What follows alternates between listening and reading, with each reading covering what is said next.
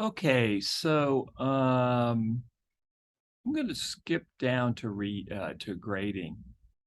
And this is how I run this course, and it works, I think, quite well.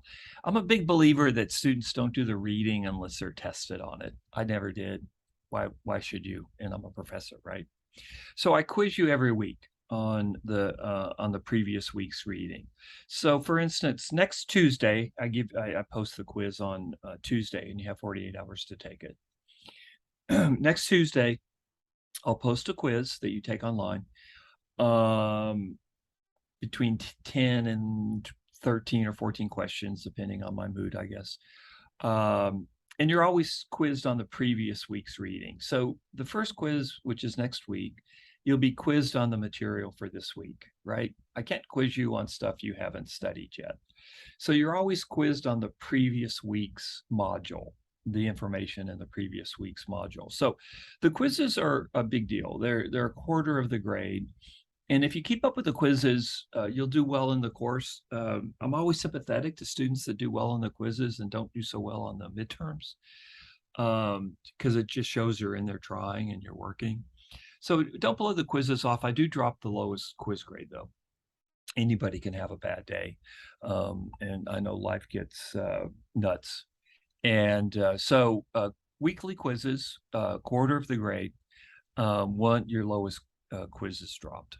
There's 3 midterms in the course. I used to just give 2 midterms, but I just think 3's better because a lot of students, especially first-year students, had trouble with the first midterm because they had never been presented with as much material as you get in this course. This isn't a crazy hard course, but nonetheless, there is a lot of material for students to kind of comprehend and to make sense out of. And I try really hard to help you do that. So people would bomb quiz midterm 1, and then they would do really well on midterm 2. So what I've decided to do is kind of lower the stakes for the midterms. So I'm giving 3 midterms, and this is done for your convenience, not to make your life miserable. So if things don't go so well on midterm 1, then for good students that kind of midterm 1's a little bit of a mystery, and then you take the midterm and you go, oh, okay, this is how it works. You don't get as punished, I guess, if you do poorly on midterm. If you do poorly on midterm 1 and you do really well on midterms 2 and 3. By the way, if you bomb midterm 1 and you do well on midterm 2 and 3, I actually will count 2 and 3 more, but I'll talk about that later. So don't give up if you bomb midterm 1. So again, to repeat, a quarter of the grade is your weekly quiz. I dropped the lowest quiz. You're always tested on the previous week's material. So next week, next Tuesday, I'm going to post a quiz on the material, the module that I post hopefully this afternoon for this week.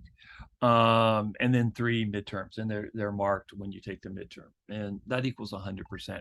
Now, there are extra credit opportunities in this class.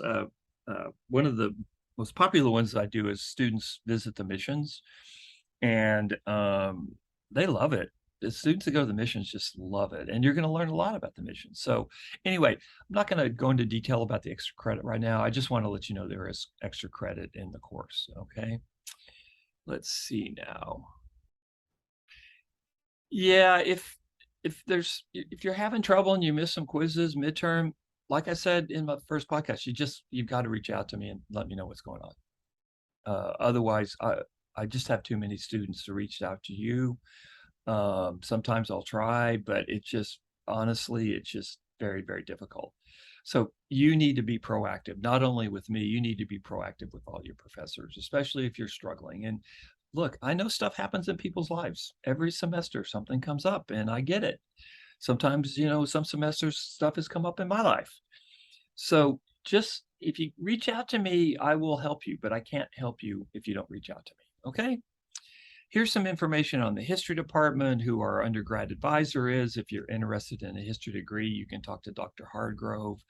I'm very actually happy to talk to you about history as well. If you want to talk about a history degree and what it takes, reach out to me. We can Zoom or meet in my office hours. So Yeah, that's something to think about as well. I know most of you aren't history majors, but that shouldn't stop you from doing well in this course. Don't cheat in this course. There's ways of catching folks from cheating or catching folks that are cheating.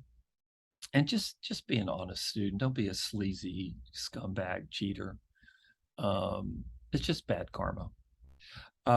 Okay, so that's that. I'm going to stop this particular podcast and then I'm going to go into the schedule for the semester.